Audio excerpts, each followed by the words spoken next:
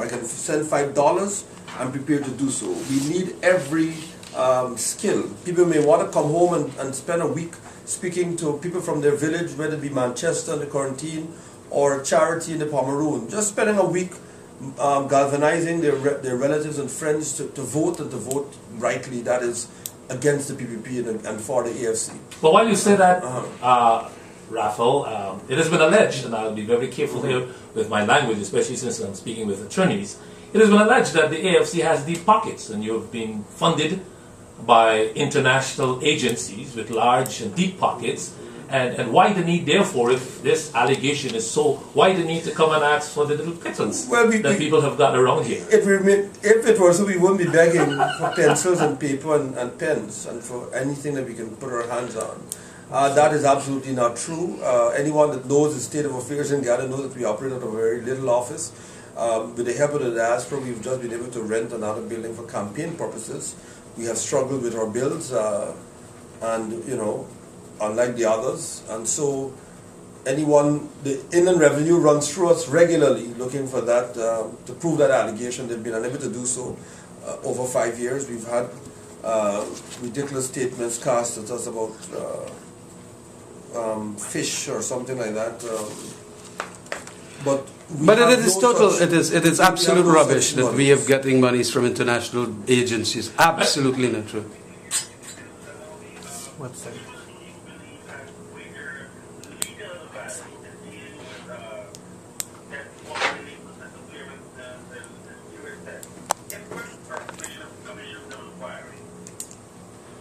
Well, you know where the evidence can be forthcoming through statements from witnesses. Inquest will definitely do the job because it could go further than commissions of inquiries. Commissions of inquiries are largely general and sometimes not very, well, they are definitely not specific. But when there are large-scale killings and largely witnesses for the individual killings are not coming forward, you'll have to do commissions of inquiries to understand the larger causes for them and recommendations for them not happening in future. You know, while we chat here and we come to wrapping up our final segments here, it is only fair that our listeners get an opportunity to air some questions on what they may be concerned about. So let me open up the lines here. It is 718-398-2229 if you have any questions for the gentleman. 718-398-2229 if you're out of our area. We have a free number you could dial us on, 877-623-0740. 877-623-0740 or 718-398-2229. And while we wait and watch the lines light up on the phone, gentlemen, education, which is of great concern to everyone in Guyana. What are your plans for education and the state of education? Was it at? Well, before I answer, let me not say, Bobby, that I don't want to miss the opportunity to broadcast our website. Okay. People can go on it, even though they're contemplating what questions to ask. It's www.voteafc.com. But in terms of education, we, of course, Cameron and I, being younger members of our society, we're getting old now, but we place tremendous value in education. We're of that generation that came up after independence, where we were told that we were building a nation. We were told that, you know, we were being sent to school to be educated, to serve. And we have both chosen to stay in Ghana and to fight. And we're both fathers.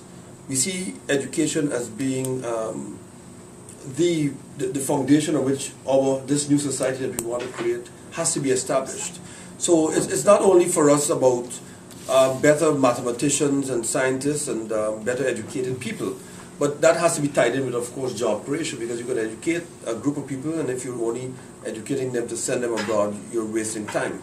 I know for Kemraj, he likes to speak about civics, and he may want to add to that, but we want to build a new society of responsible, educated, functioning young people, those that can interact with our neighbors, whether they be Surinamese, Venezuelan, or Brazilian.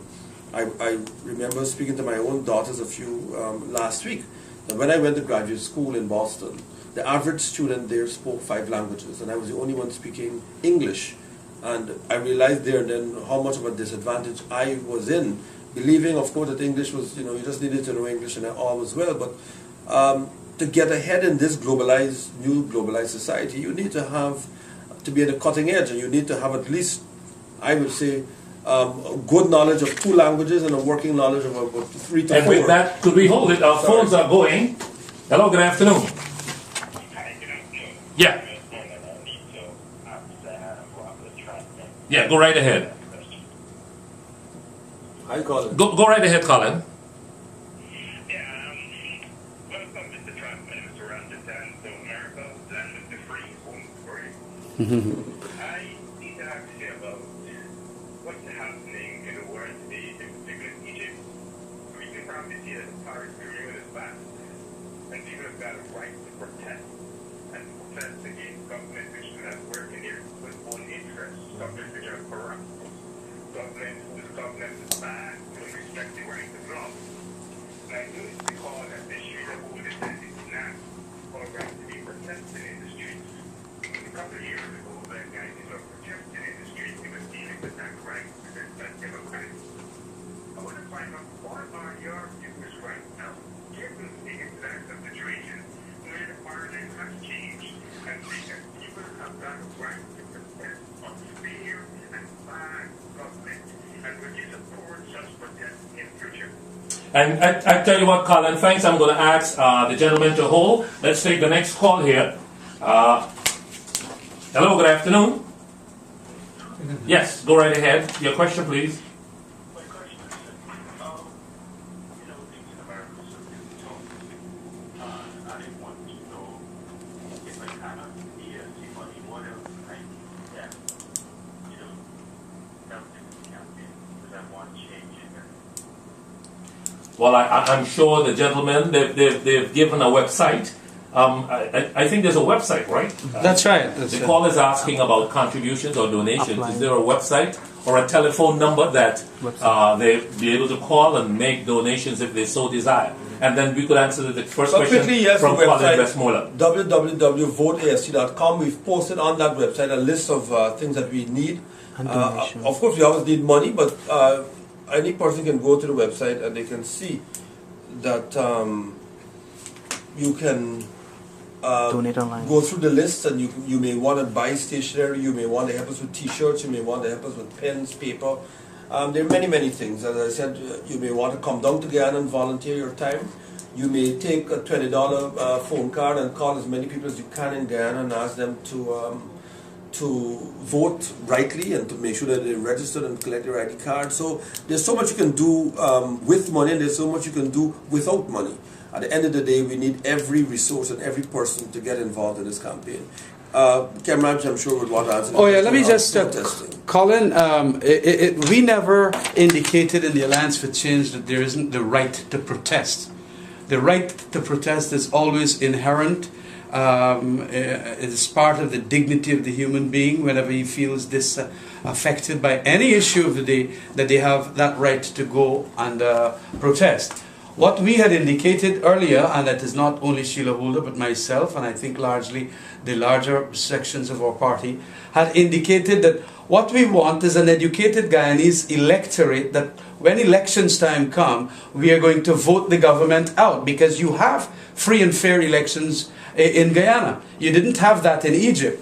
And so every periodic 5 year, you can go to the polls and in a way definitely ensure that there is a change of government. Now, indeed, during the course of the 5 year, if there are rotten things done, which requires protest demonstrations, fine, the people can go.